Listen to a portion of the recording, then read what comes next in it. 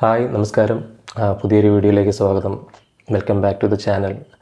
അപ്പോൾ ഇന്ന് നമ്മൾ സംസാരിക്കാൻ പോകുന്ന ടോപ്പിക് എന്ന് പറയുന്നത് ഇൻഫിഡലിറ്റി ഇൻ നാർസിസിസ്റ്റിക് റിലേഷൻഷിപ്പ് എന്ന് പറയുന്നൊരു ടോപ്പിക്കാണ്. അതായത് നാർസിസിസ്റ്റുകൾ റിലേഷൻഷിപ്പിൽ ചതിക്കുന്നത് എങ്ങനെയാണ്, അല്ലെങ്കിൽ അവർ ചീറ്റ് ചെയ്യുമ്പോൾ അതെങ്ങനെയാണ് സ്പോട്ട് ചെയ്യേണ്ടത് എന്നുള്ളതാണ് പ്രധാനമായിട്ടും ഇന്നത്തെ വീഡിയോയിൽ സംസാരിക്കുന്നത്. അപ്പോൾ ചീറ്റിംഗ് അഥവാ ഇൻഫിഡലിറ്റി എന്ന് പറയുന്നൊരു കാര്യം നിങ്ങൾക്കറിയാവുന്ന പോലെ തന്നെ വളരെ പെയിൻഫുൾ ആയിട്ടുള്ളൊരു കാര്യമാണ്.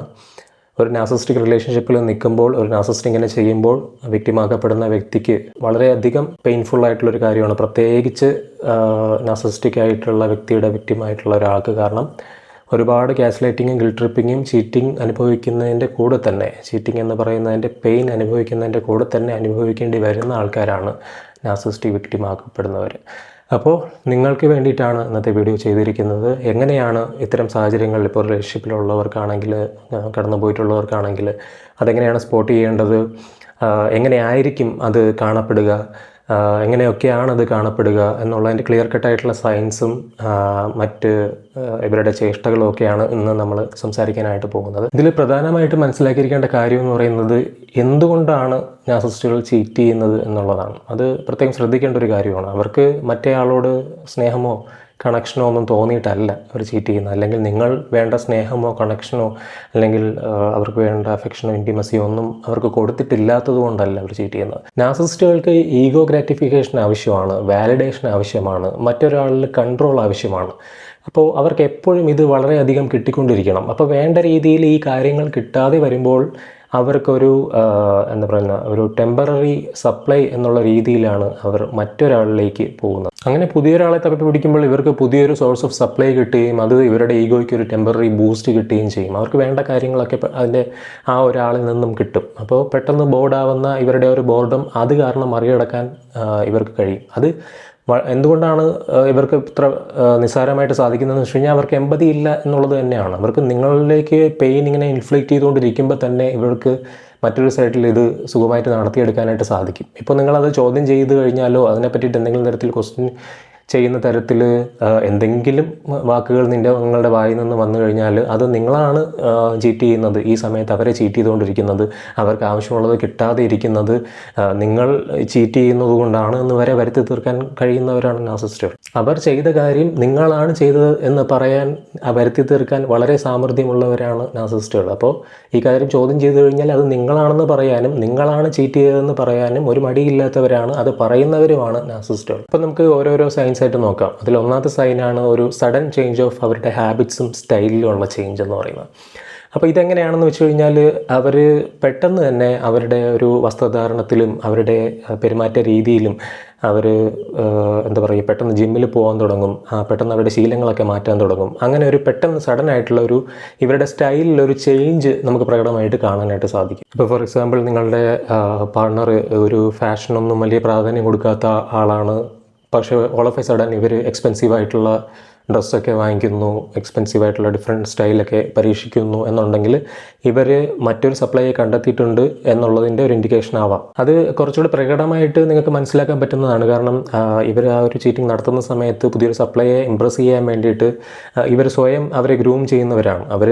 ഇയാളൊരു 40-45 വയസ്സുകാരൻ അല്ലെങ്കിൽ 50 വയസ്സുകാരനാണെങ്കിൽ അവർ വളരെ ചെറുപ്പമായിട്ട് ആക്ട് ചെയ്യാൻ തുടങ്ങും, അല്ലെങ്കിൽ അവർ ഏറ്റവും യങ് ആയിട്ടുള്ള അവരുടെ 17-കാരൻ 20-കാരനൊക്കെ ആയിട്ട് പെരുമാറാൻ തുടങ്ങും. അപ്പോൾ ഇത് വളരെ വിയേർഡായിരിക്കും കാണാൻ. നിങ്ങൾക്ക് കാണുമ്പോൾ തന്നെ അത് പ്രകടമായിട്ട് മനസ്സിലാവും ഇതെന്താണ് കാണിക്കുന്നത് എന്നുള്ള രീതിയിൽ. അതുകൊണ്ട് തന്നെ ഇത് കുറച്ചുകൂടെ എളുപ്പം നമുക്ക് സ്പോട്ട് ചെയ്യാനായിട്ട് സാധിക്കും. രണ്ടാമത്തെ സൈൻ എന്ന് പറയുന്നത് sudden changes of plans and secrecy എന്നുള്ളതാണ്. പെട്ടെന്ന് നിങ്ങൾക്കിടയിലുള്ള പ്ലാനുകളൊക്കെ ഡ്രോപ്പ് ചെയ്ത് ഇവർ പെട്ടെന്ന് അപ്രത്യക്ഷരാകും എന്നുള്ളതാണ്. കുറേ നാളത്തേക്ക് ഇവരെവിടെയാണെന്ന് പോയെന്ന് പോലും നിങ്ങൾക്ക് അറിയില്ല, നിങ്ങൾക്കൊരു സൂചന പോലും തരാതെ ആയിരിക്കും ഈ കാര്യങ്ങൾ ചെയ്യുന്നത്.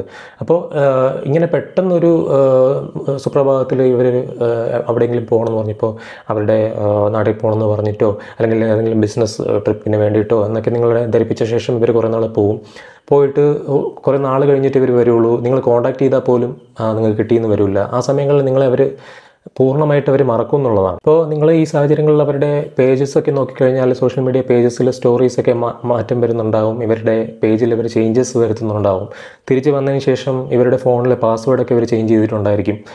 നിങ്ങളിന്ന് പലതും സീക്രട്ടായിട്ട് വെക്കുന്നുണ്ടായിരിക്കും. എല്ലാ കാര്യങ്ങളിലും ഒരു മൊബൈലിലൊക്കെ ഒരു സീക്രസി മെയിൻറ്റെയിൻ ചെയ്യുന്നതായിട്ട് കാണാനായിട്ട് സാധിക്കും. പെട്ടെന്ന് നിങ്ങളിൽ നിന്നും കുറേ കൂടെ ഫോൺ പ്രൊട്ടക്റ്റ് ചെയ്യുക, മെസ്സേജസൊക്കെ ഡിലീറ്റ് ചെയ്യുക, ഇങ്ങനെയുള്ള കാര്യങ്ങളൊക്കെ ആ ഒരു സമയത്ത് അല്ലെങ്കിൽ ഈ ഒരു പർട്ടിക്കുലർ ടൈമിൽ കാണാനായിട്ട് സാധിക്കും. ഈ നാർസിസ്റ്റുകൾ പൊതുവെ വളരെ സ്കിൽഡ് ആയിട്ടുള്ള, കള്ളം പറയാനായിട്ട് വളരെ സ്കില്ലുള്ള ആൾക്കാരാണ്. പക്ഷേ ഇവരുടെ ഇൻകൺസിസ്റ്റൻ്റ് ആയിട്ടുള്ള കാര്യങ്ങൾ ഇടയ്ക്കിടയ്ക്ക് സ്ലിപ്പായി പോകും. അതുകൊണ്ട് നിങ്ങൾക്ക് ഇടയ്ക്കിടയ്ക്ക് നിങ്ങൾ ഒബ്സർവ് ചെയ്ത് കഴിഞ്ഞാൽ കൃത്യമായിട്ട് കണ്ടെത്താനായിട്ട് സാധിക്കും. ഇപ്പോൾ ഫോർ എക്സാമ്പിൾ ഇവർ ജോലിയിലാണ്, ഇപ്പം ഇന്ന് കുറച്ച് താമസിച്ച് ഇറങ്ങാൻ പറ്റുള്ളൂ, നല്ല വർക്കുണ്ട് എന്നൊക്കെ പറഞ്ഞ് ഞാൻ വളരെ വൈകിയായിരിക്കും വരുന്നതെന്നൊക്കെ പറയുന്നുണ്ടെങ്കിലും നിങ്ങൾ ഇവരുടെ ഫ്രണ്ടിനോടോ ആരെങ്കിലും അന്വേഷിച്ച് നോക്കിയാൽ ഇവർ പെട്ടെന്ന് നേരത്തെ തന്നെ പോയി എന്നറിയാനായിട്ട് സാധിക്കും. അപ്പോൾ ഈ പെട്ടെന്ന് നിങ്ങൾ വിളിക്കുമ്പോൾ അവർ പറയുന്ന കള്ളത്തരങ്ങളിൽ നിന്ന് തന്നെ നിങ്ങൾക്ക് സ്പോട്ട് ചെയ്യാനായിട്ട് സാധിക്കും. കാരണം അൺപ്ലാൻഡ് ആയിട്ടായിരിക്കും ഇതൊക്കെ ചെയ്യുന്നത്, പറയുന്നതൊക്കെ. അപ്പോൾ നിങ്ങൾക്ക് കുറച്ചുകൂടെ എളുപ്പം അത് മനസ്സിലാക്കാനായിട്ട് സാധിക്കും ആ സാഹചര്യങ്ങളിൽ. ഇതിൽ ഏറ്റവും സാഡായിട്ടുള്ള ഒരു ഫാക്ടർ എന്ന് പറയുന്നത് ആ ഒരു സമയത്ത് നിങ്ങളെ പാർട്ണർ എന്നുള്ള രീതിയിൽ ട്രീറ്റ് ചെയ്യേണ്ട സമയത്ത് അവർ മറ്റേ വ്യക്തിയെ പാർട്ണർ എന്നുള്ള രീതിയിൽ ട്രീറ്റ് ചെയ്തുകൊണ്ടിരിക്കുകയായിരിക്കും എന്നുള്ളതാണ്. അപ്പോൾ അവർക്ക് കൊടുക്കേണ്ടതെല്ലാം ഇവർ കൊടുത്തുകൊണ്ടിരിക്കും. ഇപ്പോൾ സെക്ഷലായിട്ടുള്ള ബിഹേവിയേഴ്സ്, സെക്സിൽ ഏർപ്പെടുക, ഇങ്ങനെയുള്ള കാര്യങ്ങളൊക്കെ ആ സമയത്ത് ഇവർ നടത്തിക്കൊണ്ടിരിക്കും. ആ സമയത്ത് പൂർണ്ണമായിട്ട് അവർ നിങ്ങളെ മറക്കും എന്നുള്ളതാണ്. ഒരു പ്രെഡേറ്ററി നേച്ചറുള്ള പാരസൈറ്റ് ആയിട്ടുള്ള ആൾക്കാരാണ് നാർസിസ്റ്റുകൾ എന്ന് നിങ്ങൾക്ക് അറിയാമല്ലോ. അപ്പോൾ അതുകൊണ്ട് തന്നെ അവർ ആ മൊമെൻറ്റ് എൻജോയ് ചെയ്യും. ആ ഒരു സമയം വളരെയധികം, ആ ഒരു എക്സ്പീരിയൻസ് വളരെയധികം എൻജോയ് ചെയ്തുകൊണ്ടിരിക്കുന്നവരാണ്. ആ സമയത്ത് നിങ്ങളെ കംപ്ലീറ്റ്ലി ഡിസ്റിഗാർഡ് ചെയ്യുന്ന ആൾക്കാരാണ് നാർസിസ്റ്റുകൾ. പിന്നെ മൂന്നാമത്തെ കാര്യമാണ് they don't care about their sexual health എന്നുള്ളത്. ഇത് വളരെ പ്രോബ്ലമാറ്റിക് ആയിട്ടുള്ളൊരു കാര്യമാണ്. കാരണം ഇവർ ഇതുപോലെ പല ചീറ്റിങ്സും നടത്തിയിട്ടുണ്ടാകാം. ഈ ചീറ്റ് ചെയ്യുന്ന സമയത്ത് ഒരു പ്രൊട്ടക്റ്റീവായിട്ടുള്ള സെക്സ് ഒന്നും നടത്തുന്നവരല്ല നാർസിസ്റ്റുകൾ. പ്രൊട്ടക്റ്റീവായിട്ടുള്ള സെക്സും വളരെ അൺഹെൽത്തി ആയിട്ടുള്ള സെക്ഷൽ ബിഹേവിയേഴ്സ് ചെയ്തിട്ടാണ് അവർ നിങ്ങളോട് വന്ന് ഈ പറയുന്ന പോലെ നിങ്ങളോട് സെക്ഷൽ റിലേഷൻഷിപ്പിൽ ഏർപ്പെടുന്നത്. ആ സാഹചര്യങ്ങളിൽ നിങ്ങൾക്ക് സെക്ഷലി ട്രാൻസ്മിറ്റഡ് ആയിട്ടുള്ള ഇൻഫെക്ഷൻസും STDസും ഒക്കെ വരാനായിട്ടുള്ള സാധ്യതയുണ്ട്. അപ്പോൾ ഇത്തരത്തിൽ എന്തെങ്കിലും ഇൻഫെക്ഷൻ നിങ്ങൾക്കുണ്ടായി, നിങ്ങൾ ഡോക്ടറിൻ്റെ അടുത്ത് പോയി നിങ്ങൾക്ക് ടെസ്റ്റ് ചെയ്തപ്പോൾ പോസിറ്റീവായിട്ട് വന്നു, അപ്പോൾ നിങ്ങൾ പെട്ടെന്ന് ഇത് നഴ്സിൻ്റെ അടുത്ത് പോയി പറയുകയാണ് എനിക്ക് ഇങ്ങനെ വരാനൊരു സാധ്യതയില്ലല്ലോ എന്ന് പറഞ്ഞിട്ട് നിങ്ങൾ പറയുകയാണെങ്കിൽ ആ അവസരം വളരെ കണ്ണിങ് ആയിട്ട്, വളരെ മാനിപ്പുലേറ്റീവായിട്ട് മുതലെടുക്കും ഒരു നാർസിസ്റ്റ് എന്നുള്ളതാണ്. അതാണ് അവിടുത്തെ ഏറ്റവും പെയിൻഫുൾ ആയിട്ടുള്ള കാര്യം. അവർ അത് നേരെ ട്വിസ്റ്റ് ചെയ്ത് അത് നിങ്ങളുടെ തലയിൽ കൊണ്ടുവന്നിടും. അതായത് നീയാണ് എന്നെ ചീറ്റ് ചെയ്തത്, ഞാൻ വളരെ മാന്യമായിട്ട് ഇവിടെ നല്ല രീതിയിൽ പൊയ്ക്കൊണ്ടിരുന്നപ്പോൾ നീയാണ് എന്നെ ചീറ്റ് ചെയ്തത്, നിനക്ക് ഇത് ഇൻഫെക്ഷൻ വന്നിരിക്കുന്നു, ഇനി എനിക്കും വരും, നീ എൻ്റെ വിശ്വാസം, എന്നിലുള്ള ഒരു ലോയൽറ്റി നീ കളഞ്ഞു, നിനക്ക് ലോയൽറ്റി ഇല്ല, നീ അങ്ങനെയാണ്, നീ ഇങ്ങനെയാണ്, നീ ഇങ്ങനെ ഒരു ചീറ്ററാണെന്ന് ഞാൻ വിചാരിച്ചില്ല എന്നുള്ള രീതിയിൽ പ്രൊജക്റ്റ് ചെയ്ത് ആ കാര്യങ്ങളൊക്കെ നിങ്ങളുടെ തലയിൽ ഇട്ട് വരും. ഇത് മാനിപ്പുലേറ്റ് ചെയ്തത് നിങ്ങളെ വിശ്വസിപ്പിക്കാനും അതിൻ്റെ കൂടെ ഗിൽറ്റ് ട്രിപ്പ് ചെയ്യാനും ഗ്യാസ് ലൈറ്റ് ചെയ്യാനും വളരെയധികം സാമർഥ്യമുള്ളവരാണ്. ഇത് കേട്ട് കഴിയുമ്പോൾ നിങ്ങളെ റിയാലിറ്റി തന്നെ ചോദ്യം ചെയ്തു പോകും. അയ്യോ, അപ്പോൾ എന്താണ് സംഭവിച്ചത്, എനിക്കാണോ പ്രശ്നം, അല്ലെങ്കിൽ പുള്ളിയുടെ പ്രശ്നം ആയിരിക്കില്ല എന്നുള്ള രീതിയിലായിരിക്കും നിങ്ങൾ അവിടെ ചിന്തിക്കുന്നത്. പിന്നെ നാലാമത്തെ കാര്യം change in there sexual behaviours എന്നുള്ളതാണ്. പെട്ടെന്ന് അവരുടെ സെക്ഷൽ ബിഹേവിയേഴ്സിൽ ഒരു ചേഞ്ച് നിങ്ങൾക്ക് കാണാനായിട്ട് സാധിക്കും. നിങ്ങളും അവരുമായിട്ടുള്ളൊരു സെക്ഷൽ ബിഹേവിയർ അല്ലെങ്കിൽ സെക്ഷൽ ഇൻറ്റിമസിയോ റിലേഷൻഷിപ്പോ, ഇൻറ്റിമസി എന്ന് ഞാൻ പറയില്ല, ഇൻറ്റിമസി എന്നുള്ള കാര്യം അവരുടെ ഡിക്ഷണറിയിലില്ല. അവർ നിങ്ങളൊരു ഒബ്ജക്റ്റായിട്ടാണ് കാണുന്നത്. അപ്പോൾ വുമൺ ഒബ്ജക്റ്റിഫിക്കേഷൻ എന്നുള്ളതാണ് ഒരു നാർസിസ്റ്റിൻ്റെ വേദവാക്യം.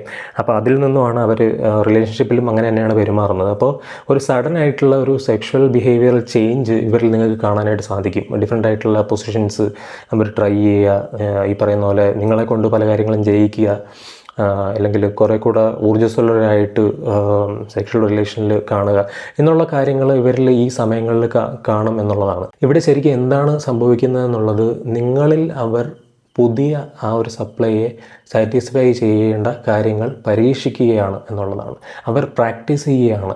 ഇത്തരത്തിൽ വളരെ നീചമായി നിങ്ങളെ കബളിപ്പിച്ചുകൊണ്ട് അല്ലെങ്കിൽ നിങ്ങളെ ദ്രോഹിച്ചുകൊണ്ട്, നിങ്ങളിൽ പെയിൻ ഇൻഫ്ലിക്റ്റ് ചെയ്തുകൊണ്ട് അവർ ഈ കാര്യം ചെയ്യുന്നു എന്നുള്ളതാണ്. അപ്പോൾ ഒരു പുതിയ സപ്ലൈയെ സാറ്റിസ്ഫൈ ചെയ്യിക്കാൻ വേണ്ടിയിട്ട്, സെക്ഷുവലി സാറ്റിസ്ഫൈ ചെയ്യിക്കാൻ വേണ്ടിയിട്ട്, അല്ലെങ്കിൽ അവരുടെ കയ്യിലേക്ക് കൊണ്ടുവരാൻ വേണ്ടിയിട്ട്, അവരുടെ കൈപ്പിടിയിൽ ഒതുക്കാൻ വേണ്ടിയിട്ട് നിങ്ങളെ അവർ ഒരു ഒബ്ജക്റ്റായിട്ട് ഉപയോഗിക്കുകയാണ് എന്നുള്ളതാണ് ഇവിടെ സംഭവിക്കുന്നത്. ഇത് അവരുടെ സപ്ലൈക്ക് വേണ്ടി അവർ പ്രാക്ടീസ് ചെയ്യുന്ന കാര്യമാണെങ്കിൽ ഇത് ചെയ്യുന്നതിന് മുമ്പ് സമൃദ്ധമായി നിങ്ങളെ മാനിപ്പുലേറ്റ് ചെയ്യുന്നവരാണ് നാർസിസിസ്റ്റുകൾ. കാരണം ഇതിന് മുമ്പ് ഭയങ്കരമായിട്ട് ലവ് ബോംബ് ചെയ്യുകയും നിങ്ങളോട് വലിയൊരു അഫെക്ഷൻ കാണിക്കുകയും അഭിനയിക്കുകയൊക്കെ ചെയ്യും. അപ്പോൾ സ്വാഭാവികമായിട്ടും നിങ്ങൾ ചിന്തിക്കും, ഓക്കെ എന്നോട് എന്തോ ഒരു ഇഷ്ടം കൂടിയിട്ടുണ്ട്, അല്ലെങ്കിൽ പുള്ളിയിൽ എന്തെങ്കിലും ഒരു മാറ്റം വന്നിട്ടുണ്ട് എന്നുള്ള നിങ്ങളുടെ ഉള്ളിലെ ആ ഒരു ട്രോമ ബോണ്ടിൽ നിന്നുണ്ടായ ആ ഒരു ചിന്ത അപ്പോഴും പൊന്തി വന്നുകൊണ്ടിരിക്കും. അത് സമർത്ഥമായി ഇവർ യൂട്ടിലൈസ് ചെയ്യുകയും ചെയ്യും എന്നുള്ളതാണ്. അപ്പോൾ ഇങ്ങനൊരു ഒരു ചേഞ്ച്, ഒരു സെക്ഷൽ ബിഹേവിയറൽ ചേഞ്ച് ഇവർ കാണുമ്പോൾ നിങ്ങൾ സ്വാഭാവികമായിട്ട് സംശയിക്കില്ല. അപ്പോൾ നിങ്ങൾ വിചാരിക്കും സ്വാഭാവികമായിട്ട് എന്നോടുള്ള അഫെക്ഷൻ കൊണ്ട് ചെയ്യുകയാണെന്ന്. പക്ഷേ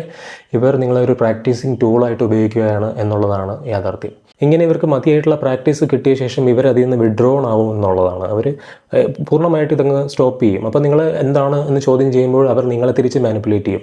നിങ്ങൾ അട്രാക്റ്റീവ് അല്ല, നീ ഇപ്പോൾ ഓവർ വെയിറ്റ് ആണ്, അല്ലെങ്കിൽ നീ ഇപ്പോൾ കാണാൻ പഴയ പോലെ ഒരു ഇതില്ല, നീ അങ്ങ് ആ രീതിയിലൊന്ന് വർക്കൗട്ട് ചെയ്ത് പഴയ പോലെ ഒരു രീതിയിലൊക്കെ ആവ്, എന്നാലല്ലേ എനിക്ക് അട്രാക്ഷൻ തോന്നുള്ളൂ എന്നുള്ള രീതിയിൽ വീണ്ടും ഇൻസെക്യൂരിറ്റി നിങ്ങൾ കുത്തിവെച്ചുകൊണ്ട് അവരവിടെയും സമൃദ്ധമായി എസ്കേപ്പ് ആവും എന്നുള്ളതാണ്. അപ്പോൾ ഈ സിമിലർ അനുഭവം നിങ്ങളിൽ ആർക്കെങ്കിലും ഉണ്ടായിട്ടുണ്ടെങ്കിൽ ഈ വീഡിയോയുടെ താഴെ നിങ്ങൾ കമൻസിൽ അത് അറിയിക്കുക. അതായത് നിങ്ങളുടെ രൂപത്തിനെയും നിങ്ങളുടെ വെയിറ്റിനെയും ഒക്കെ കാരണമാണ് ഞാൻ ഇത്തരത്തിൽ നിന്നോട് താല്പര്യമില്ലാതെ സെക്ഷൽ ഇൻട്രാക്ഷൻ അല്ലെങ്കിൽ ഇൻറ്റിമസി എനിക്ക് തോന്നാത്തത് എന്നൊക്കെ പറഞ്ഞിട്ട് ഇവർ അതിനോടൊപ്പം തന്നെ നിങ്ങളെ മാനിപ്പുലേറ്റ് ചെയ്യാൻ വേണ്ടിയിട്ട് മറ്റ് ആൾക്കാരുടെ അല്ലെങ്കിൽ ഇതുപോലെ വേറെ ഫ്രണ്ട്സോ ആരെങ്കിലുമൊക്കെ വരുമ്പോഴത്തേക്കും നിങ്ങളുടെ പ്രസൻസിൽ തന്നെ അവരുടെ മുന്നിൽ ഇവർ ഫ്ലേർട്ട് ചെയ്യും എന്നുള്ളതാണ്. 5ാമത്തെ സൈന് പിടിക്കപ്പെടുമ്പോൾ കാണിക്കുന്ന ഗ്യാസ് ലൈറ്റിങ്ങും മാനിപ്പുലേഷനും ഗിൽട്ട് ട്രിപ്പിങ്ങും ഒക്കെയാണ്. ഇതെങ്ങനെയാണെന്ന് വെച്ച് കഴിഞ്ഞാൽ നിങ്ങൾ കൃത്യമായിട്ടുള്ള തെളിവോടുകൂടി, കൃത്യമായിട്ടുള്ള എവിഡൻസോടെ, പ്രൂഫോടെ നിങ്ങൾ അയാളെ പിടിച്ചു, അയാൾ ഈ പറയുന്ന ചീറ്റ് ചെയ്തതാണ് എന്ന് നിങ്ങൾ കണ്ടുപിടിച്ചു. ആ രീതിയിൽ കണ്ടുപിടിച്ചിട്ട് നിങ്ങൾ അയാളോട് കോൺഫ്രണ്ട് ചെയ്യുകയാണെങ്കിൽ, അല്ലെങ്കിൽ നിങ്ങൾ സംസാരിക്കുകയാണെങ്കിൽ, അയാൾ പറയുന്ന കാര്യം ഇവർ കംപ്ലീറ്റ്ലി ഇത് ട്വിസ്റ്റ് ചെയ്യും. അവർ പറയും, എൻ്റെ പണ്ടത്തെ എക്സ് അവർ അങ്ങനെയായിരുന്നു. ഞാൻ എക്സാമ്പിൾ പറയുന്നതാണ്.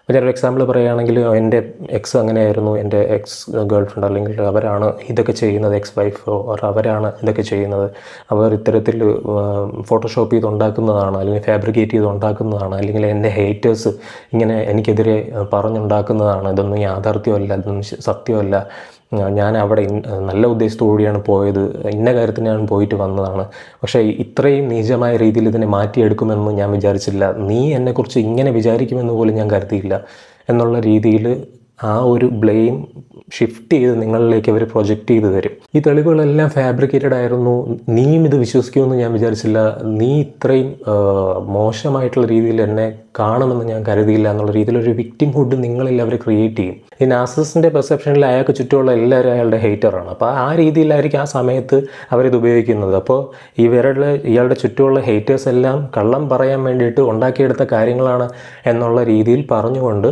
നിങ്ങളെ ഗ്യാസ് ലൈറ്റ് ചെയ്ത് ആ സാഹചര്യം കംപ്ലീറ്റ്ലി നിങ്ങളെ ഡൗട്ട്ഫുൾ ആയിട്ടുള്ളൊരു സിറ്റുവേഷനിലേക്ക് കൊണ്ടുവന്ന് എത്തിക്കുകയും നിങ്ങൾ തന്നെ സ്വയം ഇത് സംഭവിച്ചിട്ടില്ലാത്തൊരു കാര്യമാണെന്ന് വിശ്വസിച്ച് നിങ്ങളുടെ തെളിവുകളെ തന്നെ നിങ്ങൾ കണ്ണിക്കുന്ന രീതിയിലേക്ക് ആകും എന്നുള്ളതാണ്. എന്തുകൊണ്ടാണ് ആകുന്നത് എന്നുള്ളത് നിങ്ങളടുത്ത് പറയേണ്ട കാര്യമില്ല. ഒരു നാർസിസിസ്റ്റിന് ഒരിറ്റ് പോലും എമ്പതി ഇല്ല, നിങ്ങൾക്ക് എമ്പതി ഉണ്ട് എന്നുള്ളത് തന്നെയാണ്. അതുകൊണ്ടാണ് നിങ്ങളെ അവർ ചൂസ് ചെയ്തത്. അപ്പോൾ നാർസിസിസ്റ്റ് ചീറ്റ് ചെയ്യുമ്പോൾ എങ്ങനെ കണ്ടെത്താം എന്നുള്ളതായിരുന്നു ഇന്നത്തെ വീഡിയോയിൽ നമ്മൾ സംസാരിച്ചത്.